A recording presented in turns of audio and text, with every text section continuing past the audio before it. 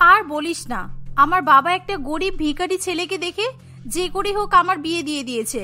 না হলে তুই বল, আমি যেমন বড়লোক বাড়ির মেয়ে, ঠিক তেমনই আমার শ্বশুর বাড়ি যদি বড়লোক হতো তাহলে আমি কত আরামে শ্বশুর বাড়িতে থাকতে পারতাম। আর এখন বোকা ভোলা শাশুড়ি মা আর বরকে নিয়ে আমার সংসার করতে একদম ভালো লাগে না। চৈতালি ভীষণই বড়লোক পরিবারের মেয়ে ছিল। তার বাবা ছোটবেলা থেকে তাকে কখনো অভাবে মানুষ করেনি। সে যখন যা চেয়েছে তার বাবা তাকে তাই নিয়ে এসে দিয়েছে। তাই চৈতালির ভীষণ বড়লোকী অহংকার ছিল। কিন্তু চৈতালি বড় হয়ে উঠলে সে বড্ড বদমেজাজি হয়ে যায়। তাই তার বাবা তার বিয়ে নিয়ে ভীষণ পরিমাণে চিন্তা করে। শেষ পর্যন্ত চৈতালির বাবা বিয়ের সম্বন্ধ খুঁজে এক গরিব পরিবারের ছেলে প্রীতমের সঙ্গেই চৈতালির বিয়ে দেয়। চৈতালি একেবারে প্রীতমকে বিয়ে করতে রাজি ছিল না, কিন্তু তার বাবা জোর করে চৈতালিকে বিয়ে করতে বাধ্য করে। বিয়ের পর শাশুড়িমা এবং স্বামী চৈতালিকে ভীষণ ভালোবাসলেও সে সবসময় তাদের সঙ্গে খারাপ ব্যবহার করে। বোকা ভোলা ভালো শাশুড়িমা এবং স্বামী পেয়ে সে সবসময় পায়ের উপর পা তুলে আরাম করে আর শাশুড়িমাকে দিয়ে সব কাজ করায়। কিন্তু চৈতালি লোকের কাছে উল্টো কথাই বলে। কিন্তু এসব কথা তো বিয়ের আগে ভাবার দরকার ছিল, এখন আর এই কথাগুলো বলে কোনো লাভ নেই। তুই তো শাশুড়িমা আর বরের কথা শুনিস কেন? আমি সবসময় আমার শাশুড়িমা আর বরকে বোকা বানিয়ে রেখে দিই, আর তারপর আমার যা ইচ্ছা হয় আমি তাই করি।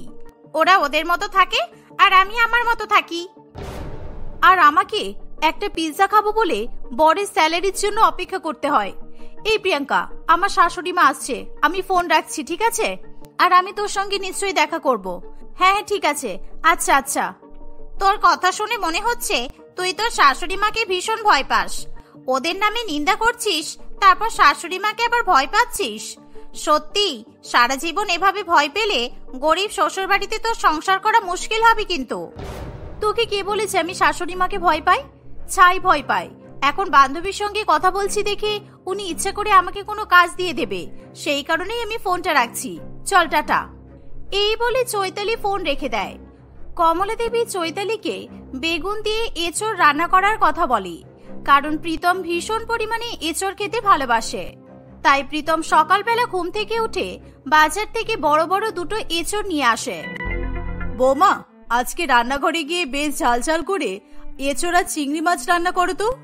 এখন আবহাওয়ার পরিবর্তন হচ্ছে, আর এখন এঁচড় খাওয়া শরীরের পক্ষে খুবই দরকারি।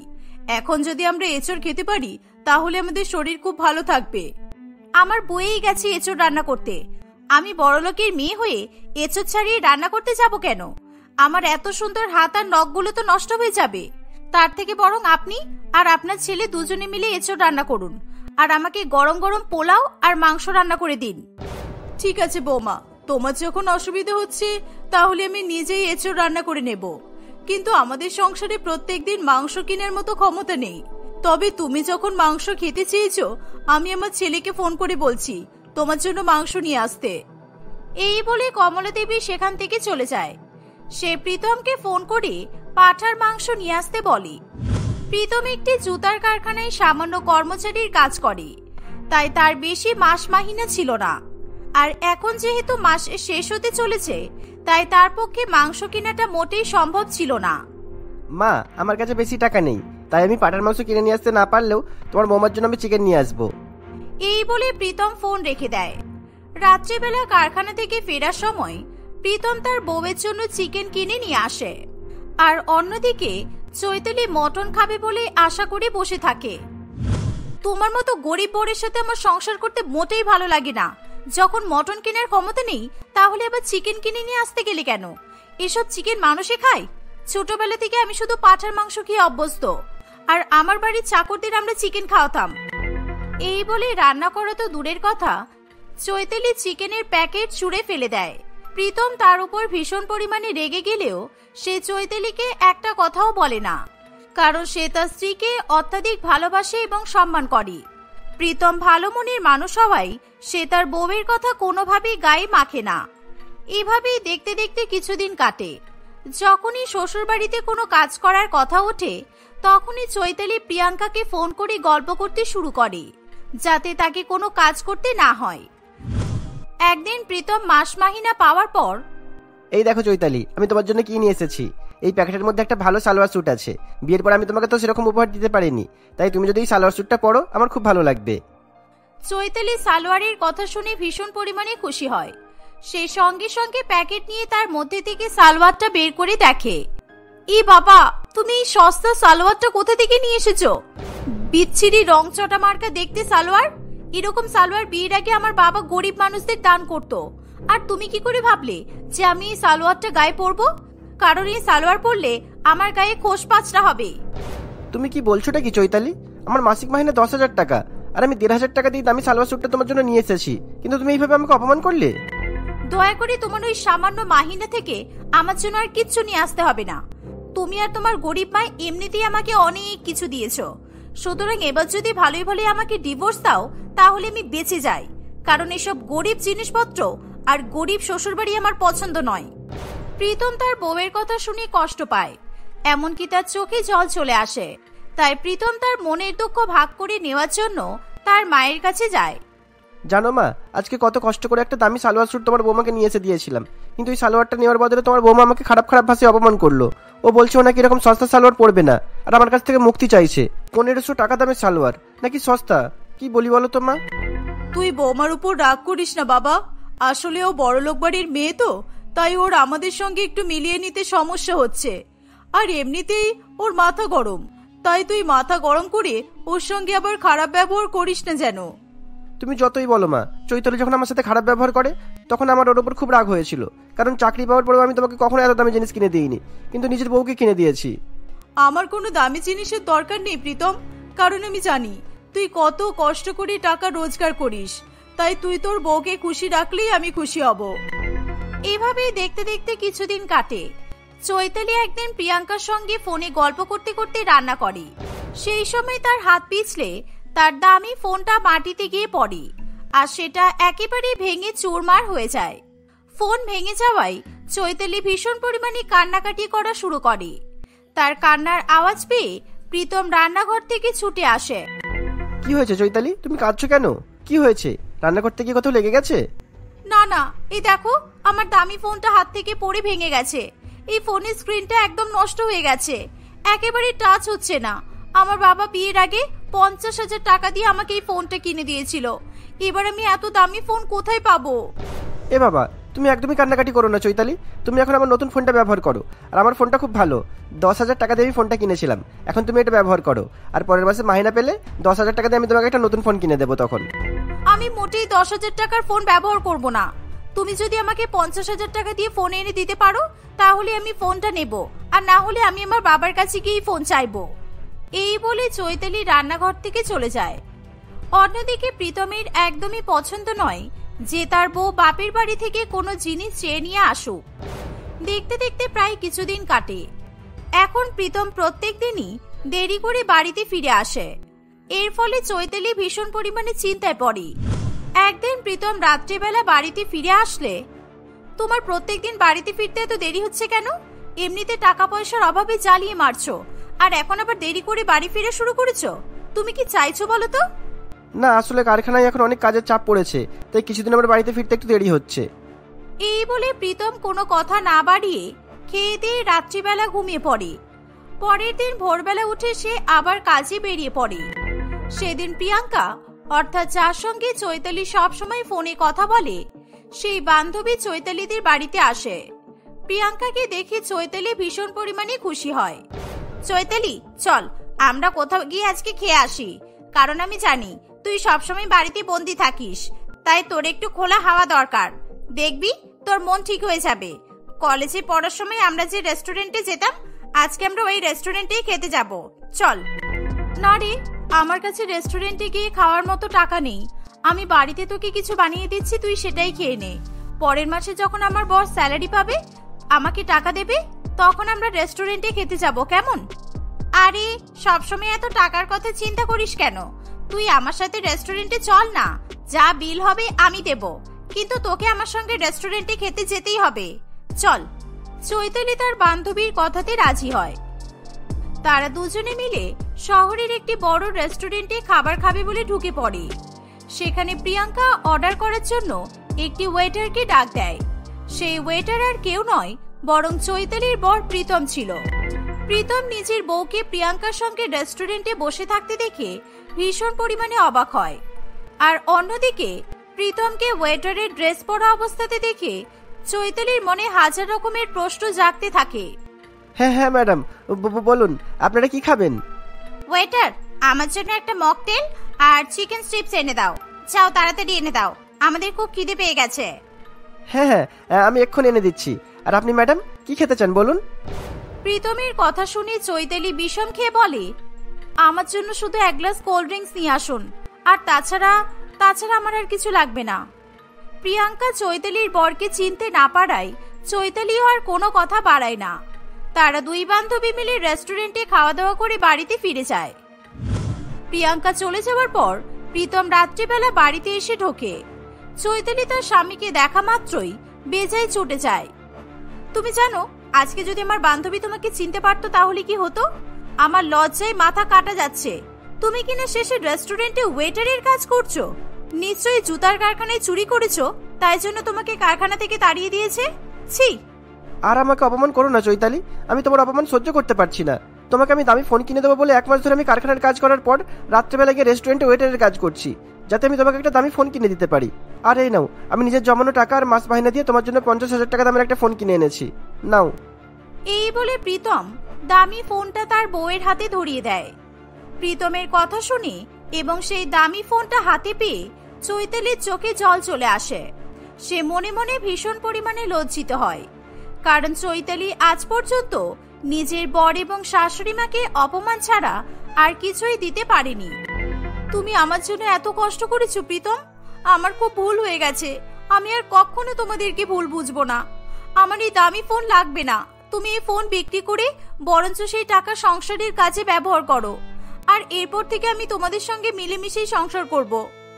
চৈতালির এমন কথা শুনে প্রীতম এবং তার মা দুজনেই খুবই খুশি হয়।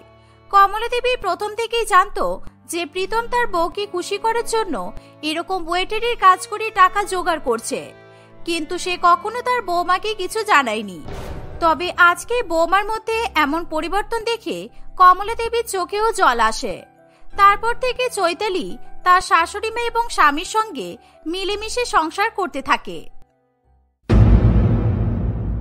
শ্রীতম তনয়াকে পছন্দ করে বিবাহ বন্ধনে আবদ্ধ করে নিজের বাড়িতে নিয়ে আসে। এমন ফর্সা সুন্দরী বৌমা পেয়ে শ্রীতমের মা রানী দেবী ভীষণ পরিমাণে খুশি হয়। সে তার বৌমাকে খুবই স্নেহ করে। শ্রীতম তার ফর্সা সুন্দরী বউয়ের জন্য শীতকালে নানান রকমের সুন্দর সুন্দর সোয়েটার কিনে এনে দেয়। সেই সকল সোয়েটার পরে তনয়াকে অনেক বেশি সুন্দর লাগে। এর ফলে সে নিজের স্বামীর উপর খুবই খুশি হয়। একদিন খুব গভীর শীত পড়ায় প্রত্যেকদিন নতুন নতুন সোয়েটার পরে আমার সব সোয়েটারের কালেকশন শেষ হয়ে গেছে। এবার অন্য কিছু ধরনের সোয়েটার পরতে আমার ভীষণ ইচ্ছা করছে, কিন্তু এখন যদি আমি শ্রীতমকে আবার সোয়েটার কিনে দিতে বলি তাহলে ও আমার উপর ভীষণ পরিমাণে রেগে যাবে।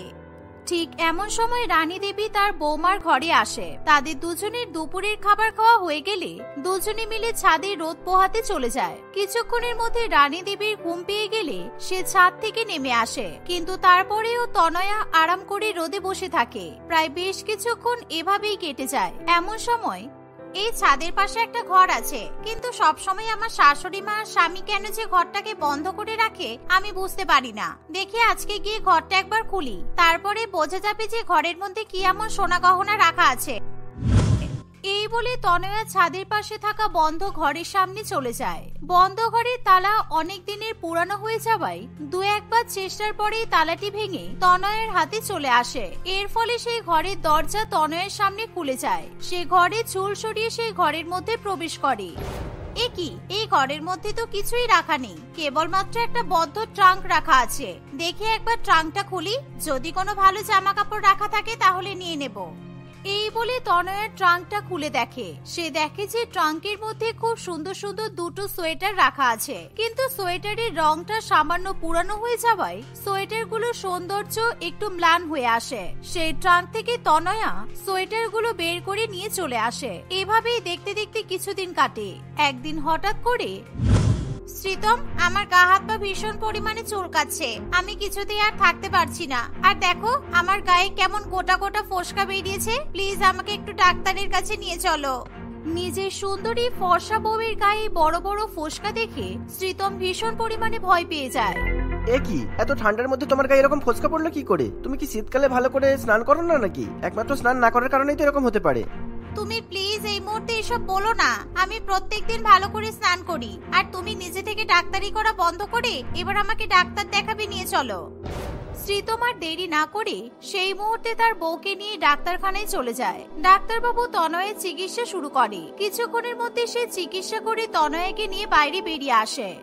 ডাক্তারবাবু, আমার ওয়াইফের কি হয়েছে একটু বলতে পারবেন? হঠাৎ করে এই শীতের মধ্যে এর গায়ে এরকম ফোসকা কিভাবে উঠলো? আমি আর তনয়া কিছুই তো বুঝতে পারছি না।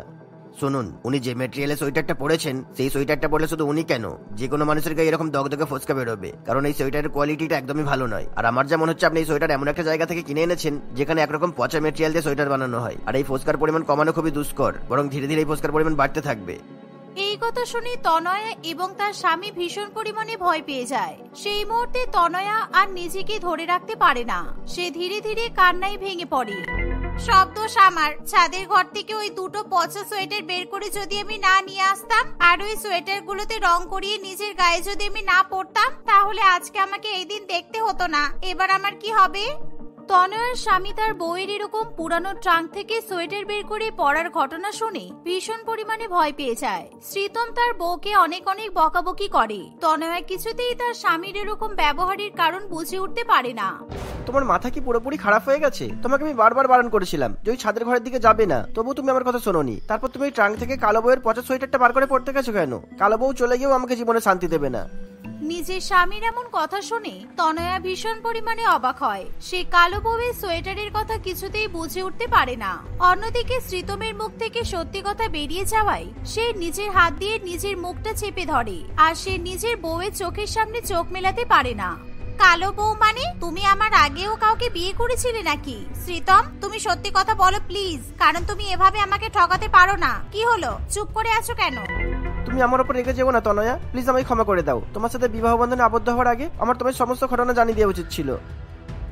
আজ থেকে প্রায় 3 বছর আগে শ্রীতমের অফিসে রেশমি বলে একটি মেয়ে শ্রীতমের সঙ্গে কাজ করত। রেশমির গায়ের রং শ্যামলা হলেও তাকে দেখতে খুবই সুন্দর ছিল। একসাথে দীর্ঘদিন কাজ করার ফলে শ্রীতমের রেশমিকে ভীষণ পরিমাণে পছন্দ হয়ে যায়। এর ফলে সে তাকে বিবাহের প্রস্তাব দেয়। রেশমি প্রথম থেকেই শ্রীতমকে পছন্দ করত।